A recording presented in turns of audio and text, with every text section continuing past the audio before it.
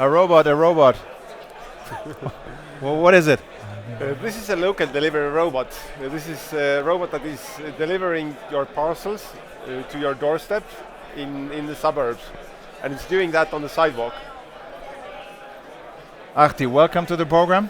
You are co-founder of Skype and now of Starship Enterprise. And this is your first product? This is the first product of Starship Technologies. Oh, Technologies, I'm sorry. This is not autonomous right now. Well, right now in this studio it is being remote controlled, but the idea with these robots is that they drive autonomously on the sidewalk.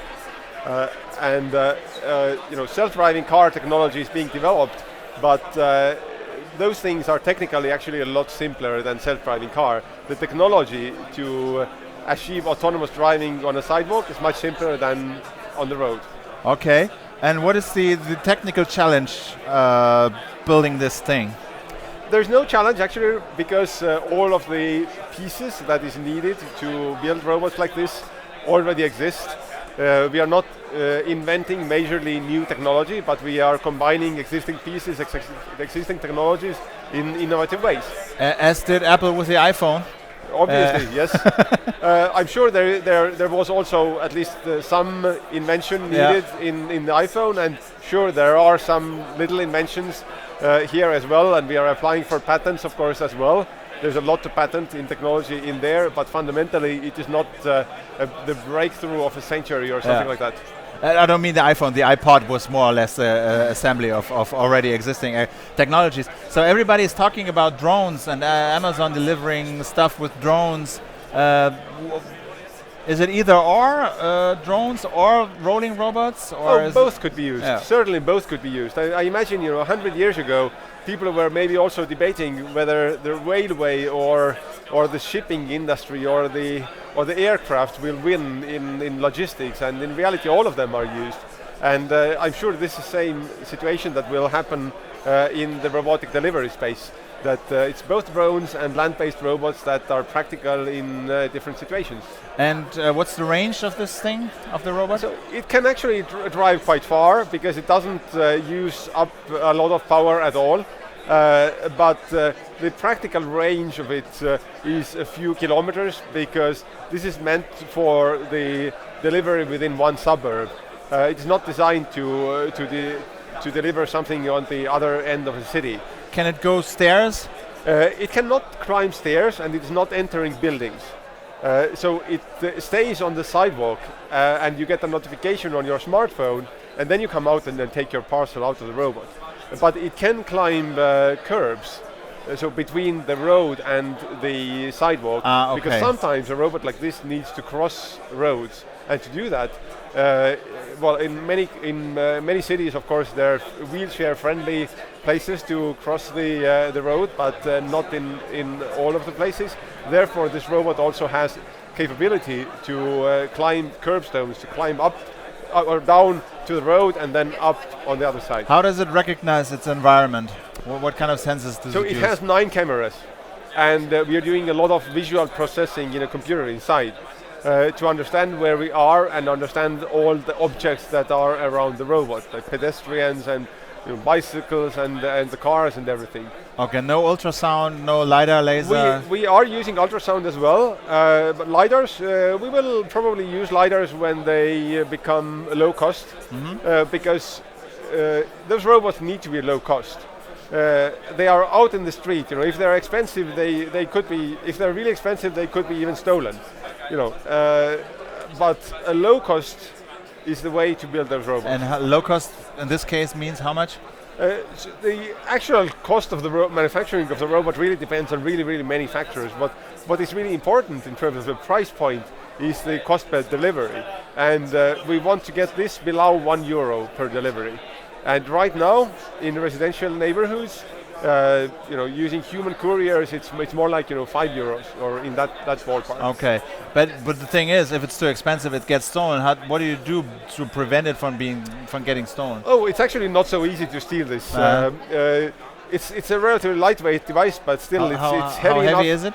It's about 15 kilos. Okay. So it is still 15, 15. 1.5, yes. So it is still relatively hard to grab it and run with it. But you can load it in your car and go drive away. So Well, yes, theoretically you could. Of course, things are being stolen, and also parcels are being stolen from delivery vans today. Yeah. Parcels today do not have 9 cameras and GPS and everything. I certainly expect that these devices will help to reduce theft in the parcel industry. And how freely can it navigate in the traffic and in the environment? Can it cross streets on its own? Does it recognize traffic lights? It can cross streets, but we actually do not intend this device to be 100% autonomously driven. We are also building an army of operators, human robot drivers, who can take control of the robot in difficult situations.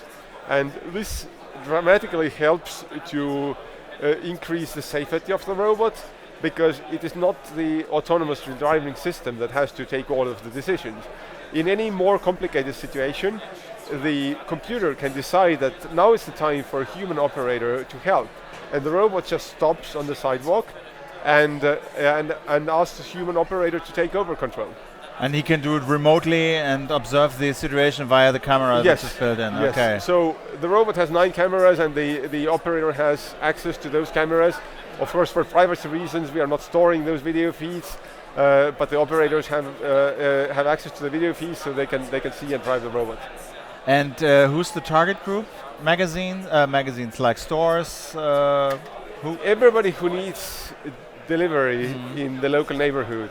So I certainly imagine that all of the usual suspects in the delivery industry, the big delivery firms, plus local supermarkets, local bakeries, that everybody would use a service like this, because imagine if you could deliver anything in a suburban neighborhood in 15 minutes for €1.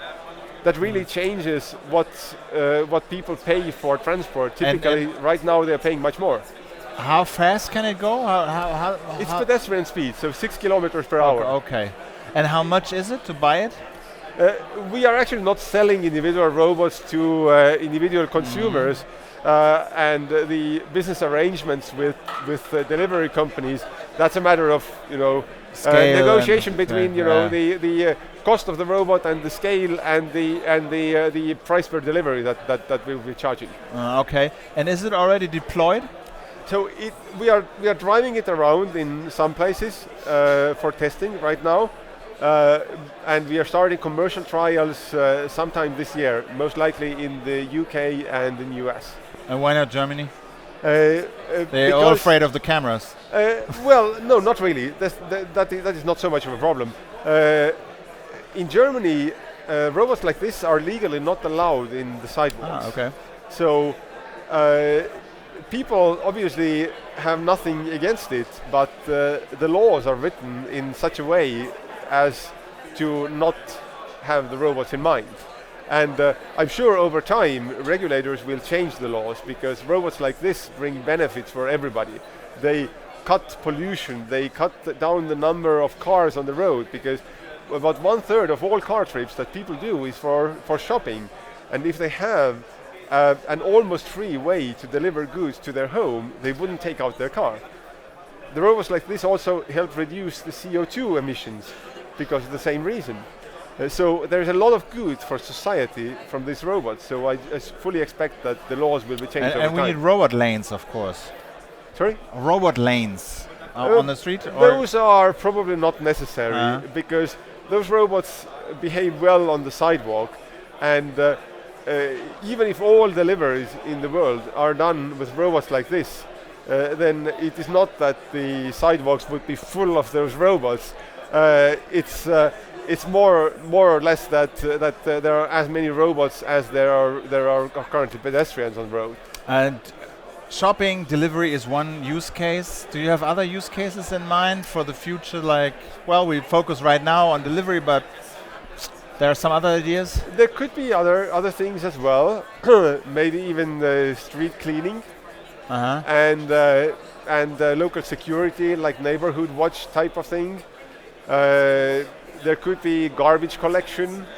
There could be things like that. But for now, we are concentrating on parcel delivery. Search and rescue, lost dogs, lost cats? Theoretically, yes. A Maybe. cat could fit in here.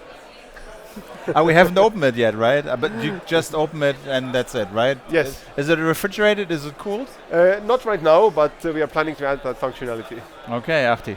Thank you so much. Thank you. What's the name of it?